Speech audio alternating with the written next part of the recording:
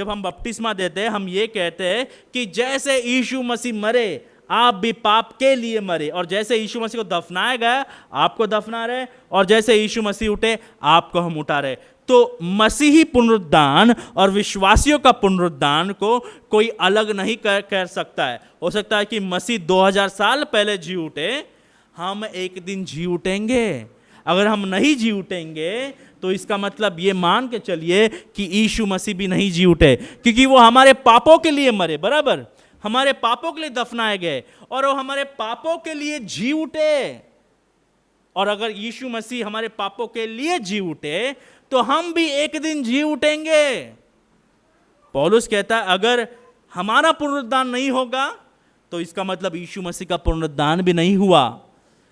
क्यों पौलुस इस हद तक जा रहा और कह रहा है कि ऐतिहासिक घटना हुआ ही नहीं अगर हमारा पुनरुत्थान नहीं होगा? क्योंकि ये दोनों एक है, यीशु मसीह और हमें विश्वासियों को कोई अलग नहीं कर सकता है। तो पहला मुद्दा यह है कि मसीह का पुनरुत्थान हमारे भविष्य के पुनरुत्थान का आश्वासन है।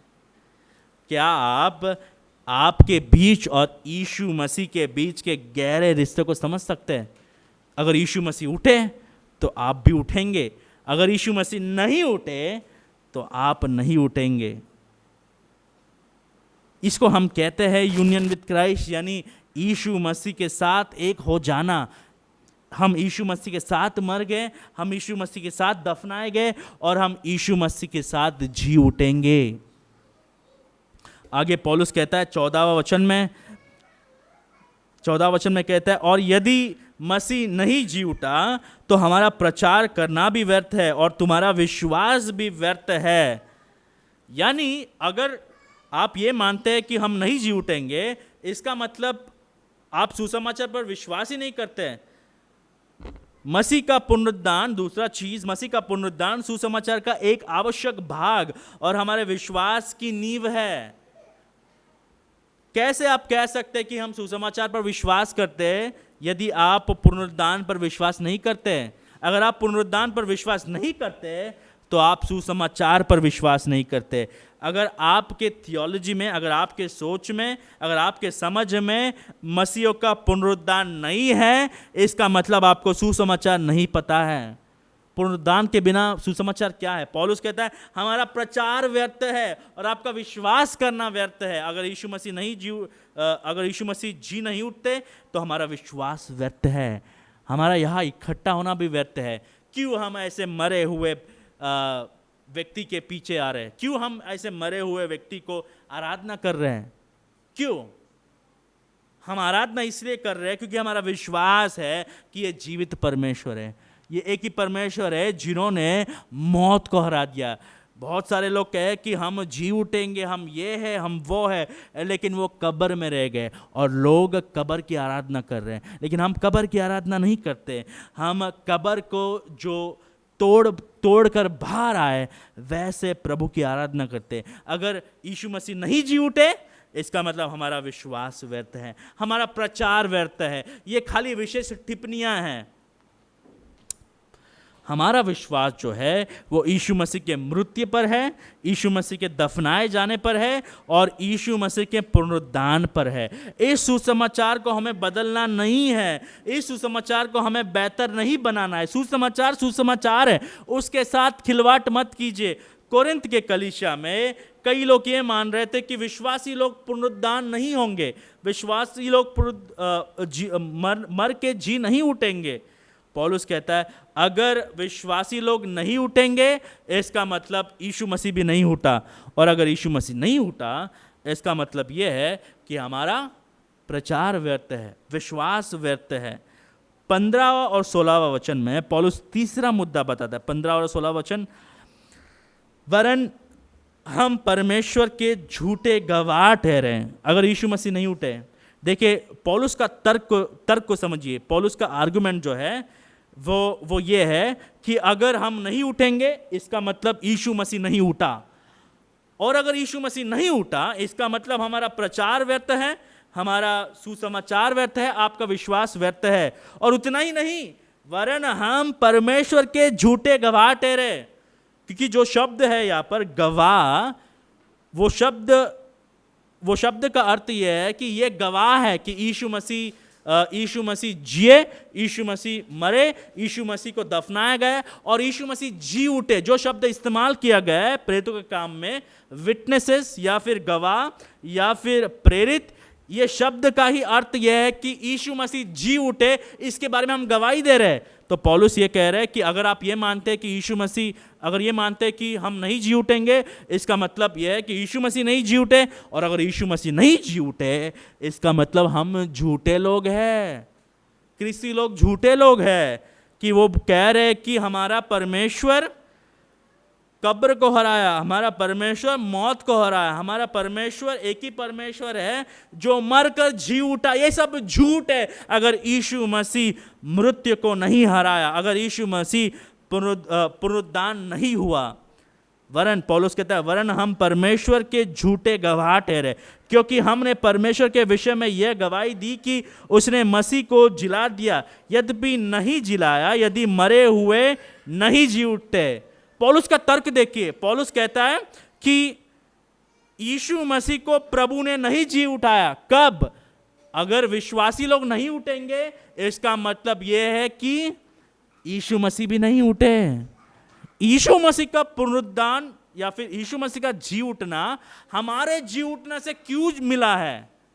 एक व्यक्ति कह सकता है आप नहीं जी उठेंगे लेकिन यीशु मसीह जी उठे, वैसा थियोलॉजी पौलुस कहेगा कि व्यर्थ का थियोलॉजी है। नहीं, अगर यीशु मसीह जी उठे इसका मतलब आप जी उठेंगे, अगर आप नहीं जी उठेंगे इसका मतलब यीशु मसीह भी नहीं जी उठे। इसको अलग नहीं कर सकते। देखिए यीशु मसीह हमारे कितने करीब है, यीशु मसीह का रिश्ता और यीशु मसीह का जीवन हमसे कितना करीबी से जुड़ा हुआ है कि अगर हम नहीं जी उठेंगे इसका मतलब यीशु मसीह भी नहीं जी उठे।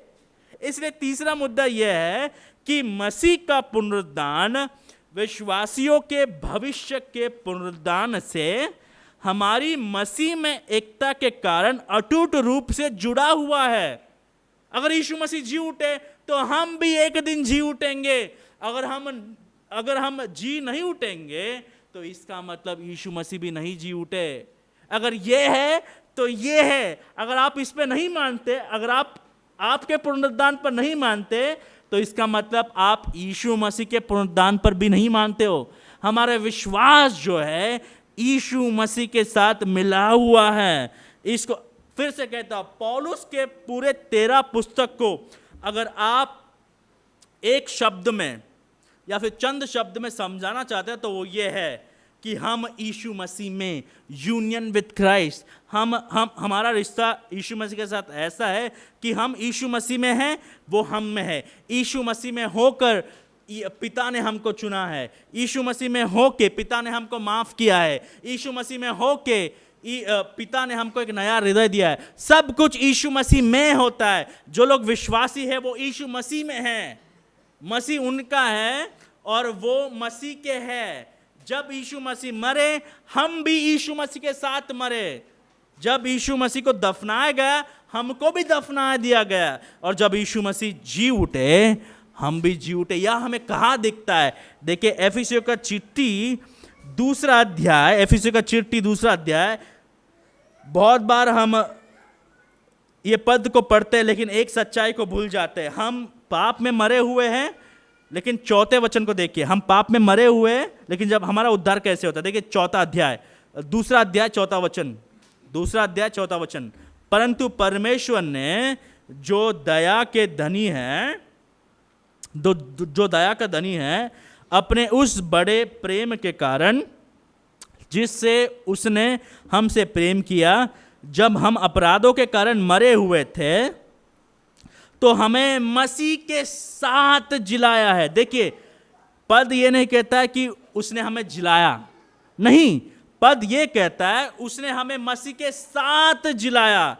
अब प्रश्न है कि जब मसीह को जिलाया गया हम तो पैदा भी नहीं हुए थे, इसलिए हम कहते हैं कि जगत के उत्पत्ति से पहले हमारा उद्धार का निर्णय हो चुका है। ये परमेश्वर का सोच है, ये परमेश्वर की योजना है कि जब यीशु मसीह जी उठे मृत्यु से तो वो लोग भी जी उठे जो पैदा भी नहीं हुए लेकिन जगत के उत्पत्ति से पहले उनको चुना गया था। देखिए 4 वचन में हम ये देखते हैं कि बड़े प्रेम के कारण जिससे उसने हमसे प्रेम किया, जब हम अपराधों के कारण मरे हुए थे तो हमें मसीह के साथ जिलाया। अनुग्रह ही से तुम्हारा उद्धार हुआ है और मसीह यीशु में उसके साथ उठाया। यानी केवल जिलाया ही नहीं, मसीह के साथ हमको उठाया, और उतना ही नहीं, और स्वर्गीय स्थानों में उसके साथ बैठाया। अब एक प्रश्न है, जब यीशु मसीह स्वर्गीय स्थान में गए, हम तो नहीं गए उनके साथ, लेकिन ये सच्चाई जो है, हम यीशु मसीह के साथ एक है, हमको अलग कोई नहीं कर सकता है। जगत के उत्पत्ति से पहले यीशु मसीह में हमको चुना गया, और जब यीशु मसीह मरे, हम भी यीशु मसीह के साथ मर गए। इसलिए पौलुस कहता है कि मैं ये जो जीवन जी रहा हूं, मैं नहीं जी रहा हूं, यीशु मसीह मेरे द्वारा जी रहे हैं, क्योंकि मेरे अंदर यीशु मसीह है। इसको हम यूनियन विद क्राइस्ट कहते हैं। यह बहुत ही अद्भुत सच्चाई है कि यीशु मसीह जो जगत के राजा है, हम उनके साथ है। हमारा मृत्यु उनके साथ हुआ, जब वो मर गए हम भी उनके साथ मर गए। जब उनको दफनाया गया, हमको भी दफना दिया गया। इसलिए हम बपतिस्मा देते हैं और दिखाते हैं कि देखिए यीशु मसीह के साथ एक है ये लोग। और जब यीशु मसीह को उठाया गया, हमको भी उनके साथ उठाया गया। इसलिए ये रिश्ता को जो है कोई भी अलग नहीं कर सकता। और इसलिए कोलोसियों का चिट्ठी देखिए, कोलोसियों का चिट्ठी 3 अध्याय जो है 1 वचन से 4 वचन तक पढ़ते हैं। 3 अध्याय कोलोसियों का चिट्ठी, book of Colossians chapter 3 verse 1 to 4। अतः जब तुम मसीह के साथ जिलाए गए तो स्वर्गीय वस्तुओं की खोज में रहे, जहां मसीह विराजमान है और परमेश्वर के दाहिने हाथ बैठा है। तो हम भी मसीह के साथ बैठे हैं वहां पर। अभी हमने सीखा पृथ्वी पर की नहीं, परंतु स्वर्गीय वस्तुओं पर ध्यान लगाओ, क्योंकि तुम तो मर गए और तुम्हारा जीवन मसीह के साथ परमेश्वर में छिपा हुआ है। यानी जब यीशु मसीह मर गए, हम भी मर गए, हमारा जीवन यीशु मसीह में छुपा गया। और देखिए 4 वचन देखिए, जब मसीह जो हमारे जीवन है प्रकट होगा। मसीह कब प्रकट होगा? भविष्य काल में। तब तुम भी उसके साथ महिमा सहित प्रकट किए जाएंगे। मसीह आने वाले हैं, हम तो धरती पर है, लेकिन पौलुस कहता है हम भी उनके साथ आने वाला है। तो यीशु मसीह जहां है, हम भी वहां है। हम धरती पर है, लेकिन यीशु मसीह के साथ हमारा ऐसा रिश्ता है, इसको कोई अलग नहीं कर सकता। इसलिए हम कहते हैं कि हम इस जगत में जी रहे हैं, लेकिन हम इस जगत के नहीं हैं, हम यीशु मसीह के साथ है। इस वक्त हमारा रिश्ता ऐसा है कि हम यीशु मसीह के साथ पिता के दाहिने हाथ बैठे। इसलिए पौलुस यह कहता है कि अगर यीशु मसीह उठे तो हम भी जी उठेंगे। क्या आप इस गहरे रिश्ता को समझ पाते हो? लोग ईश्वर के बारे में बात करते, हम प्रचार को सुन सुन के पक गए, एक ही पद को हर साल बताते हैं। ऐसा नहीं कि वचन में खूबियां नहीं है, लेकिन हम गहराई से पढ़ते नहीं पद को कि मरे हुओं के बीच में यीशु मसीह को क्यों ढूंढ रहे हैं। लेकिन ये सच्चाई को हमें कोई नहीं बताता है कि हम यीशु मसीह के साथ है। और जैसे यीशु मसीह उठे, हम भी एक दिन उठने वाले हैं। और जैसे यीशु मसीह मरे, हम भी यीशु मसीह के साथ मरे। और इस वक्त हम यीशु मसीह के साथ पिता के दाहिने हाथ बैठे हैं। क्या आप ये सच्चाई, ये गहराई को जानते हो? और ये गहराई को जानने के बाद क्या आपके जीवन में परिवर्तन दिख रहा है? और जो लोग यीशु मसीह को नहीं जानते हैं, वो लोग यीशु मसीह में नहीं है। और रोमियो की किताब 8वें अध्याय 1 वचन के अनुसार यह है कि जो लोग यीशु मसीह में नहीं है, उनके ऊपर पिता का क्रोध है। इस संसार में यीशु मसीह में होना बहुत ही धन्य बात है। आपके पास सब कुछ होगा, लेकिन हमारा पहचान क्या है? हमारा पहचान ये नहीं है कि आपके पास गाड़ी है, काम है, पैसा है, हम लोग बड़े बड़े इंटरनेशनल स्कूल में पढ़े, ये सब ठीक है। लेकिन घमंड करने की बात यह है कि हम यीशु मसीह में हैं, यीशु मसीह हम में हैं। हमारा रिश्ता ऐसा है कि अगर यीशु मसीह जी उठे तो हम भी जी उठेंगे। अगर हम जी नहीं उठेंगे, इसका मतलब यीशु मसीह भी नहीं जी उठा। तो यीशु मसीह के पुनरुत्थान में हम यीशु मसीह के साथ का जो रिश्ता है उसका गहराई दिखता है। यीशु मसीह के साथ हम भी जी उठे हैं क्योंकि पिता ने हमको चुन लिया।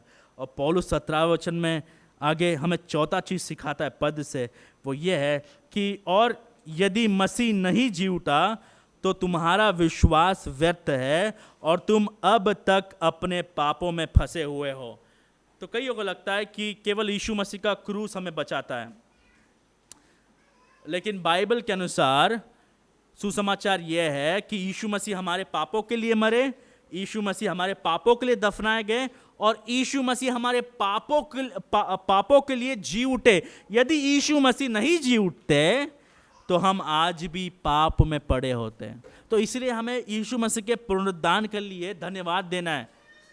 मैं ये नहीं कह रहा हूं कि क्रूस महत्वपूर्ण नहीं है, नहीं, क्रूस महत्वपूर्ण है, लेकिन क्रूस के बाद कब्र से जो विजय आता है वो भी महत्वपूर्ण है। वो सुसमाचार का एक अनिवार्य पहलू है, उसको आप नहीं निकाल सकते। अगर पुनरुत्थान को लोग निकाल देंगे सुसमाचार से तो सुसमाचार नहीं रहेगा।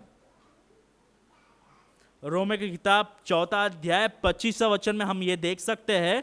रोमे की किताब 4 अध्याय 25 वचन में सबके लिए पढ़ता हो, वह हमारे अपराधों के लिए पकड़वाया गया और हमारे धर्मी ठहराने के लिए जिलाया भी गया। यानी हमारा धर्मी ठहराए जाना वो किसके वजह से होता है?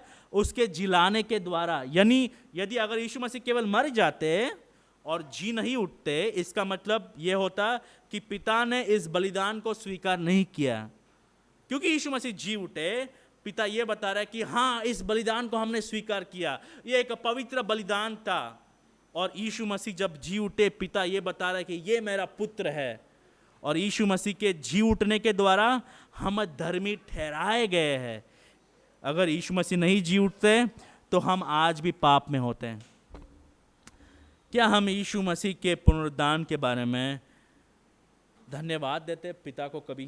क्या केवल हमारा जो नज़र है वो केवल क्रूस के ओर रहता है? इसमें कोई गलती नहीं है, लेकिन सुसमाचार की खूबियाँ को जानने के लिए, सुसमाचार के गहराई को जानने के लिए हमें यीशु मसीह का जन्म, जीवन, मृत्यु, दफनाए जाना, पुनरुत्थान होना, स्वर्गीय स्थानों में विराजमान होना, पिता के दाहिने हाथ बैठना और इस वक्त वो महायाजक के जैसे हमारा सेवकाई कर रहे, प्रार्थना कर रहे और एक दिन फिर से आने वाले। ये पूरा पैकेज है, हमें इसको तोड़ना नहीं है, हमें इसको याद रखना है, इसमें हमें घमंड करना है। अगर घमंड करना है तो केवल क्रूस में, पौलुस कहता है। तो पौलुस कहता है अगर यीशु मसीह जी नहीं उठते तो हम आज भी पाप में होते हैं। इसलिए हम धन्यवाद कहते हैं कि पिता ने पुत्र को मृत्यु से उठाया ताकि हमें पाप से क्षमा मिले। 18वां और 19वां वचन में पौलुस 5वां चीज सिखाता है। पौलुस ये कहता है कि परंतु जो मसीह में सो गए हैं वो भी नष्ट हुए। यदि हम केवल इसी जीवन में मसीह से आशा रखते हैं तो हम सब मनुष्य से अधिक अभागे है। यानी कई लोग ये मान रहे थे कि यीशु मसीह जी उठे लेकिन हम नहीं जी उठेंगे। तो पौलुस उनसे ये कहता है नहीं, अगर हम नहीं जी उठेंगे तो हम में और अविश्वासी लोग में अंतर क्या है? आप कभी अविश्वासी लोगों के फ्यूनरल में गए? जब अगर कोई अविश्वासी मर जाता है तो उनमें कोई आशा नहीं होता है, उनमें से कोई भी ऐसे पद को खोल कर नहीं पढ़ता है कि जैसे यीशु मसीह जी उठे आप भी जी उठेंगे। लेकिन जब आप क्रिस्तियों का फ्यूनरल में जाते हैं, भले हम रोते हैं, हम दुख उठाते हैं, लेकिन हमें पता है कि जो लोग मर गए, अगर वो वाकई में यीशु मसीह को जानते हैं, वो यीशु मसीह के साथ है, वो एक बेहतर प्रदेश में है। इनफैक्ट वो हमसे बेहतर है क्योंकि वो पाप से छुटकारा पाए हैं, क्योंकि वो जो है सारे इस सांसारिक चीज़ों से छुटकारा पाए हैं। तो 5वां चीज़ जो पौलुस सिखाता है 18वां और 19वां वचन में वो ये है कि मसीह का पुनरुत्थान हमें मृत्यु के पार आशा और अनंत जीवन का वादा देता है। मसीह का पुनरुत्थान हमें मृत्यु के पार आशा और अनंत जीवन का वादा देता है। अगर आप एक ख्रिस्ती हो तो आज ये पद से पांचवा चीज हम ये सीख सकते हैं कि यीशु मसीह का विजयी होना हमारा भी विजय है। जैसे यीशु मसीह विजय पाए, हम भी विजय पाएंगे एक दिन। मृत्यु जो है वो हमें डरा नहीं सकता है। मृत्यु जो है वो केवल हमें ये देश से वो देश तक ले जाता है। यीशु मसीह का पुनरुत्थान हमारे नज़रिया को बदल देता है। हम मौत के बारे में अविश्वासी जैसे नहीं सोचते, हम मौत के बारे में अविश्वासी जैसे नहीं सोचते, हम वेदना के बारे में, कष्ट के बारे में अविश्वासियों जैसा नहीं सोचते। यीशु मसीह का पुनरुत्थान जो है हमारे सारे विश्व दृष्टि को बदल देता है, क्योंकि हमारा आशा जो है वो कब्र तक नहीं, लेकिन कब्र के बाहर अनंत जीवन तक है। और आखिरी चीज़ जो पौलुस बताता है 20 से 24 वो ये है, बहुत ही महत्वपूर्ण चीज़। मसीह का पुनरुत्थान प्रथम फल के रूप में उनके भविष्य के पुनरुत्थान की पुष्टि करता है जो उसके है। मसीह का पुनरुत्थान प्रथम फल के रूप में उनके भविष्य के पुनरुत्थान की पुष्टि करता है जो उसके है। आखिरी चीज़ ये है कि जो लोग यीशु मसीह पर विश्वास करते हैं वो लोग जैसे यीशु मसीह जी उठे वो लोग भी जी उठेंगे। देखिए 20 से 24 तक, परंतु सचमुच मसीह मुर्दे में से जी उठा है और जो सो गए हैं उनमें वह पहला फल हुआ है। हमें पता नहीं कितने लोग किसान का काम किए, कितने लोग खेतीबाड़ी किए। जब फल आता है, प्रथम फल आता है, प्रथम फल जो है इसको इस्राएल के या फिर पुराने नियम में या फिर आज के ज़माने में भी जब फसल आता है, जो पहला फसल आता है वो एक वादा देता है। क्या देता है वो वादा? कि और फसल आएगा। जो फसल आता है वो हमें ये बताता है कि और फसल आएगा। वैसे ही जब यीशु मसीह जी उठे मृत्यु से, वो ये बता रहे कि जैसे मैं जी उठा और भी लोग जी उठेंगे जो मेरे पर विश्वास करते हैं। तो यीशु मसीह जो है वो प्रथम फल के रूप में हमें आश्वासन दे रहे हैं कि हम भी एक दिन जी उठेंगे। लेकिन कौन जी उठेगा? कौन जी उठेगा? देखिए 20 से 24 तक, परंतु सचमुच मसीह मुर्दे में से जी उठा है और जो सो गए हैं उनमें वह पहला फल हुआ। क्योंकि जब मनुष्य के द्वारा मृत्यु आई तो मनुष्य ही के द्वारा मरे हुए का पुनरुत्थान भी आया। तो पहला आदम कौन था? मनुष्य था। दूसरा आदम यीशु मसीह, वो भी मनुष्य है। पहले आदम के वजह से मौत आया, दूसरे आदम के वजह से मौत पर विजय आया। पहले आदम के वजह से पाप आया, दूसरे आदम के वजह से पाप पर विजय आया। पहले आदम के वजह से श्राप आया, दूसरे आदम के वजह से श्राप से छुटकारा आया। तो एक मनुष्य के द्वारा मृत्यु आया, दूसरे मनुष्य के द्वारा जो यीशु मसीह है, जो हमारे दूसरे आदम है, उसके द्वारा मौत से छुटकारा, पाप से छुटकारा, अनंत जीवन आया। लेकिन अनंत जीवन किसके लिए है? देखिए 22 से 24, और जैसे आदम में सब मरते हैं वैसे ही मसीह में सब जिलाए जाएंगे। ये सब कौन है? कौन है? देखिए 23वां वचन, परंतु हर एक अपनी अपनी बारी से पहला फल मसीह जी उठा है, फिर मसीह के आने पर उसके लोग, यानी जो लोग यीशु मसीह के साथ एकजुट हो चुके हैं, जिन्होंने ये विश्वास किया कि यीशु मसीह पवित्र है, हम पापी है, हम लोग जन्म से ही पापी है, कर्म से पापी है, हम लोग पिता के क्रोध के अधीन हैं, जिन्होंने पश्चाताप किया है, जिन्होंने अपने जीवन को प्रभु के पवित्रता के सामने देखा। और जब हम प्रभु के पवित्रता के सामने देखते हैं हम लोग पापी हैं, जब हम पश्चाताप करते हैं, जब हम विश्वास करते हैं, जब हम मन फिराव करते पाप से और यीशु मसीह के पास जाते हैं, हमारा रिश्ता यीशु मसीह के साथ जुड़ जाता है। और केवल वही लोग, जो लोग यीशु मसीह के हैं, वो लोग जैसे यीशु मसीह उठे वो लोग भी उठने वाले हैं। लेकिन जो लोग यीशु मसीह के नहीं हैं, बाइबल के अनुसार वो लोग भी उठेंगे, लेकिन वो लोग महिमा के लिए नहीं उठेंगे, वो लोग अनंत काल के नरक के लिए, अनंत काल के न्याय के लिए, अनंत काल के अंधकार के लिए उठेंगे। तो हम ये नहीं कह रहे कि अविश्वासी नहीं उठेंगे, अविश्वासी भी उठेंगे, क्योंकि हिसाब देना है उनको। जो लोग यीशु मसीह को नहीं जानते उनको हिसाब देना है, लेकिन जो लोग यीशु मसीह को जानते हैं वो लोग महिमा के लिए उठेंगे।